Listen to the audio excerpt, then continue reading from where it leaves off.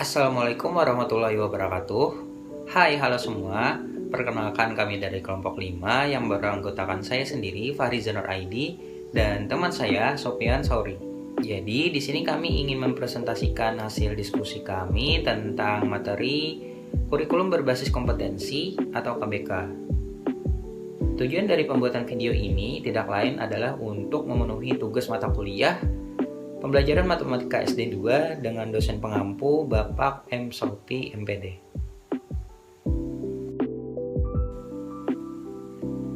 Sejarah KBK. Kurikulum berbasis kompetensi atau KBK atau Kurikulum 2004 adalah kurikulum dalam dunia pendidikan di Indonesia yang mulai diterapkan sejak tahun 2004. Walaupun sudah ada beberapa sekolah yang mulai menggunakan kurikulum ini sejak sebelum diterapkannya.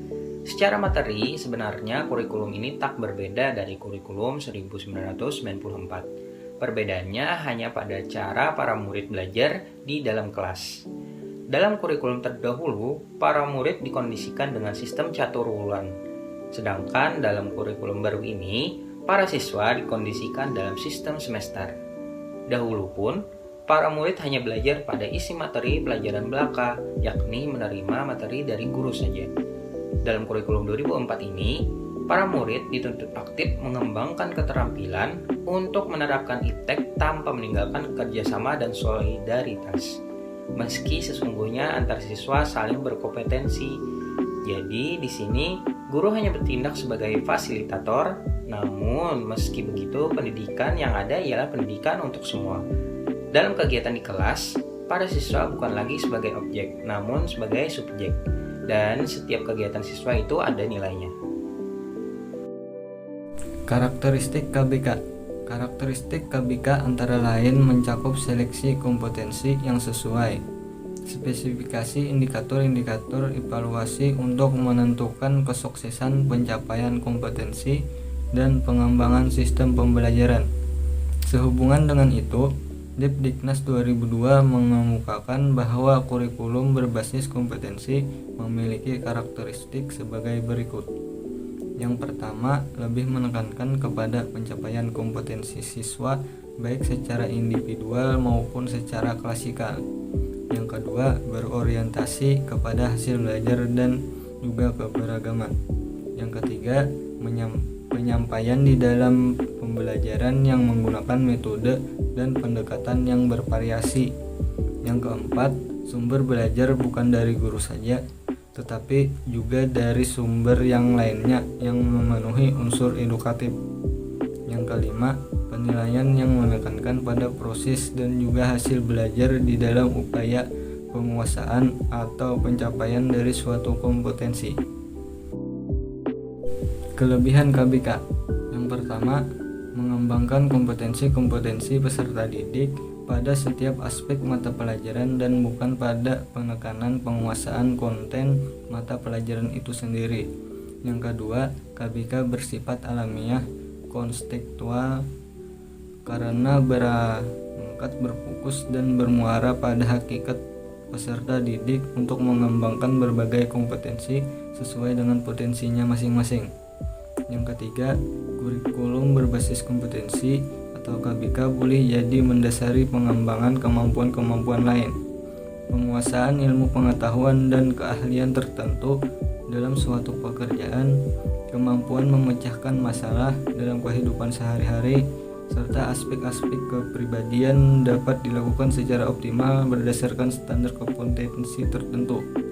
Yang keempat, mengembangkan pembelajaran yang berpusat pada peserta didik atau siswa. Peserta didik dapat bergerak aktif secara fisik ketika belajar dengan memanfaatkan indera seoptimal mungkin dan membuat seluruh tubuh serta pikiran terlibat dalam proses belajar. Kelemahan KBK. Yang pertama, dalam kurikulum dan hasil belajar, indikator susah disusun. Padahal indikator sebaiknya disusun oleh guru, karena guru yang paling mengetahui tentang kondisi peserta didik dan lingkungan. Yang kedua, konsep KBK sering mengalami perubahan termasuk pada urutan standar kompetensi dan kompetensi dasar sehingga menyulitkan guru untuk merancang pembelajaran secara berkelanjutan. Yang ketiga, paradigma guru dalam pembelajaran KBK masih seperti kurikulum-kurikulum sebelumnya yang lebih kepada teacher oriented. Yang terakhir, memandang kompetensi sebagai sebuah entitas yang bersifat tunggal. Padahal kompetensi merupakan sistem pengukuran perilaku yang menggunakan paradigma behaviorisme ditengarai tidak mampu mengukur suatu perilaku yang menghasilkan dari pembelajaran bermakna signifikan learning dan kendala yang dihadapi dalam mengimplementasikan KBK adalah waktu, biaya, dan tenaga yang banyak. Ya, baik. Jadi di sini ada gambar kerangka dasar dan struktur kurikulum berbasis kompetensi.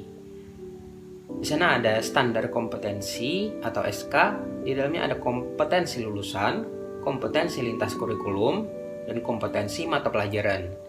Di sebelahnya ada penilaian berbasis kelas atau PBK.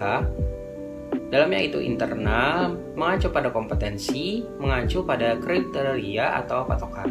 Di bawahnya lagi itu ada kegiatan belajar mengajar atau KBM, berpusat pada peserta didik, kontekstual, menantang, dan menyenangkan. Di sebelahnya lagi itu ada pengelolaan kurikulum berbasis sekolah atau PKBS. Itu ada MBS atau manajemen berbasis sekolah, kolaborasi horizontal dan vertikal. Ya baik, sekian presentasi dari kelompok kami tentang materi tadi. Mohon maaf apabila banyak terdapat kekurangan dalam penyampaian materi tadi.